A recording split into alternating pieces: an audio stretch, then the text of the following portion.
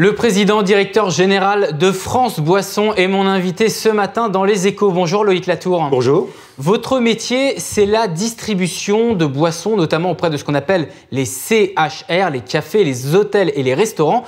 Mais dans une époque où l'on parle beaucoup de fermeture de cafés, êtes-vous menacé ? Écoutez, France Boisson, c'est d'abord une activité effectivement de distribution sur l'ensemble du territoire national. Nous couvrons le territoire avec 75 sites. 2600 collaborateurs qui sont au pouls de cette activité de consommation hors domicile et de nos 55 000 clients que nous avons tous les ans, dont 34 000 établissements CHR, cafés, hôtels, restaurants.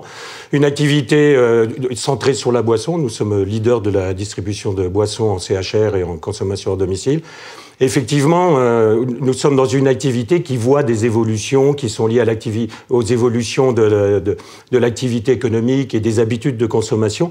Je ne dirais pas en difficulté, même si nous avions 200 000 cafés en France dans les années 60. Il en reste 35 000 aujourd'hui, je parle de l'activité café. Une activité qui reste importante, quand même 55 000 salariés, 6 milliards de chiffre d'affaires. Mais par contre, derrière ces chiffres, on voit des évolutions très différentes. Si dans le même temps l'activité reste très dynamique dans les centres-villes avec de magnifiques entrepreneurs, des nouveaux concepts, etc., ça devient plus difficile dans les zones périurbaines. Et par contre, nous sommes confrontés à des fermetures de villages, une désertification liée à la désertification des campagnes, mais une fermeture des cafés dans les villages.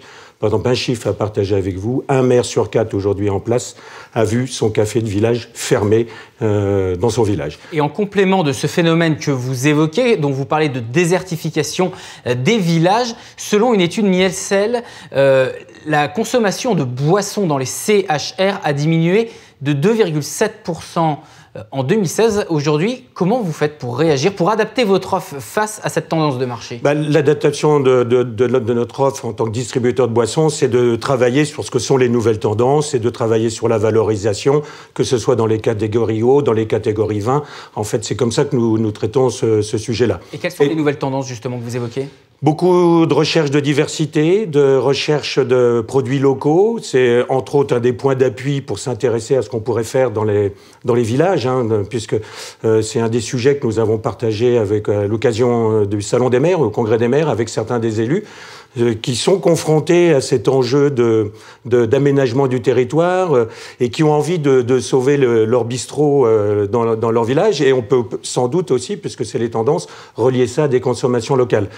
C'était tout l'objet de nos échanges avec les élus, que nous avons aussi matérialisé dans un livre blanc en association avec l'APVF, l'Association des petites villes de France, et l'AMRF, l'Association des maires ruraux de France, parce qu'ils sont confrontés à ça.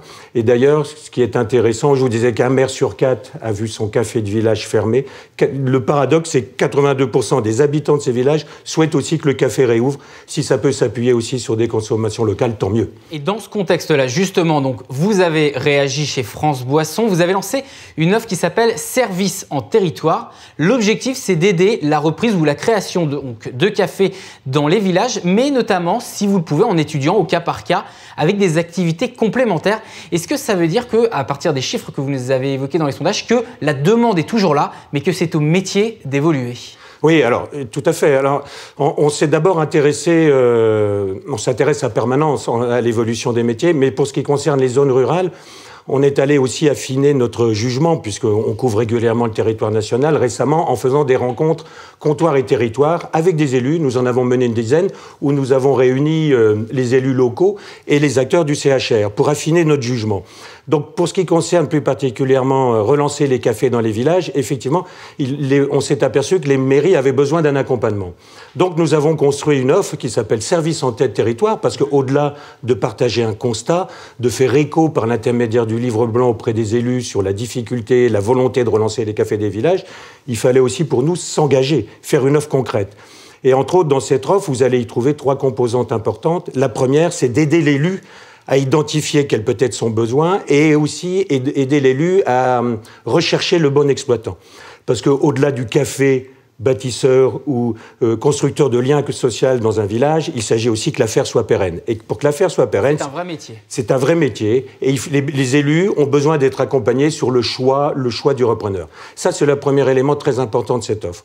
Le deuxième élément, on s'engage aussi, France Boisson, c'est de mettre à disposition du matériel tirage poisson, du matériel café, qui est une composante de l'activité et du chiffre d'affaires très important du point de vente. Et le troisième élément, puisqu'il faut accepter de vivre au village, il faut accepter aussi de trouver quelqu'un qui va s'installer dans la durée. Et s'installer dans la durée, ça veut dire qu'on va mettre à disposition des conseillers d'exploitation que nous avons chez France Boisson, qui sont des anciens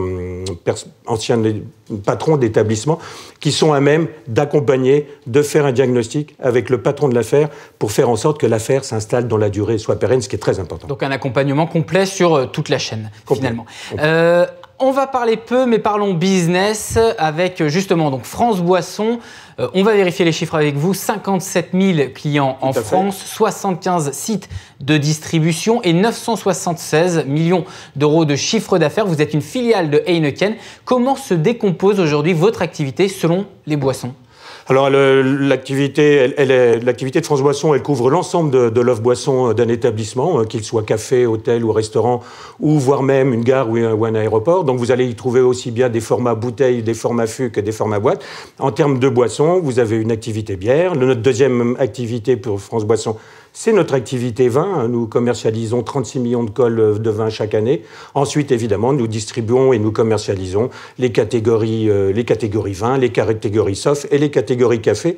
Quand on distribue ça, on couvre 100% de l'offre et du besoin d'un établissement, avec l'enjeu de l'accompagner en permanence, ce patron d'établissement, pour qu'il trouve à chaque fois l'adaptation à ce que sont ses consommateurs dans son point de vente, parce qu'on peut considérer qu'aujourd'hui, que chaque point de vente est différent, et c'est aussi notre travail chez France Boisson de savoir les accompagner sur l'offre. Et la bière, c'est combien de pourcents du chiffre d'affaires de votre activité, puisque vous êtes une filiale de Heineken ? Oui, c'est entre 35 et 40%.